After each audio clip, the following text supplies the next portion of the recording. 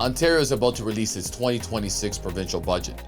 And if you care about real estate or housing in general, this is a big one because right now housing affordability is still one of the biggest issues in Ontario. And the government is under pressure to actually show results, not just long-term plans or promises, but real changes that people can feel right away. And one of the biggest things being discussed is the potential move to remove provincial portion of the HST on new construction homes, which is 8% portion the province controls.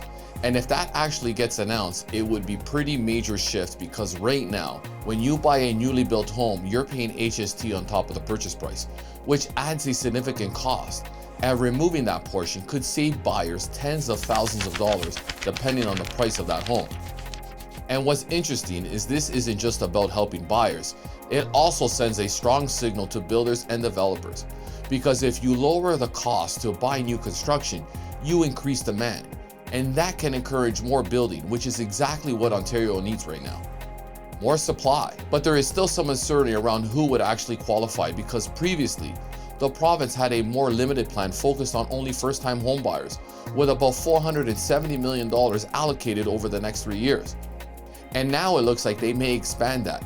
But there are conversations about whether this should be limited to end users who live in the property or if investors should be included as well. And that distinction matters because if investors are excluded, this becomes purely an affordability play. But if they're included, it can also stimulate more pre-construction activity and investment.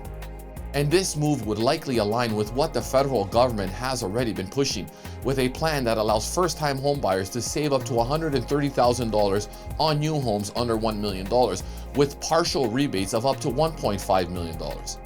And beyond HST, there is also pressure to update the land transfer tax rebate, which has been stuck at $4,000 since 2017, even though the average home price has increased by more than $300,000.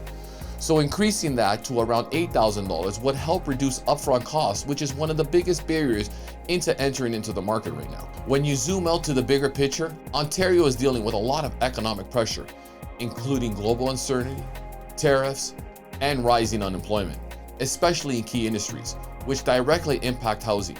Because when people feel uncertain about their jobs, they're less likely to buy. So the government is trying to balance by stimulating the housing market and improving affordability while also managing a projected $8 billion deficit. And that is a massive amount of debt, with over $16 billion a year going just to interest payments. And because of that, we're probably not going to see a massive new spending program for the housing, but more targeted incentives like tax cuts and rebates that encourage private sectors development, which lines up with government's recent approach on focusing for smaller, more visible measures that people can immediately understand. So when it comes to the housing, expect policies that are simple and direct.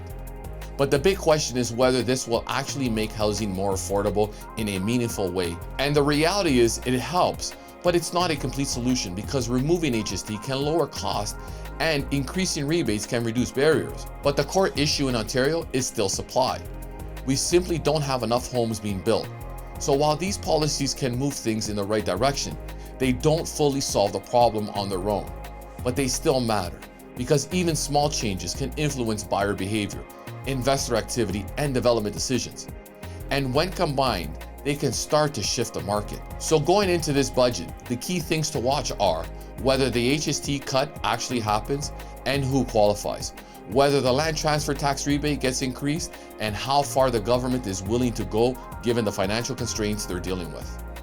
Because at the end of the day, this budget is about balancing affordability with economic reality, and housing is right at the center of that all.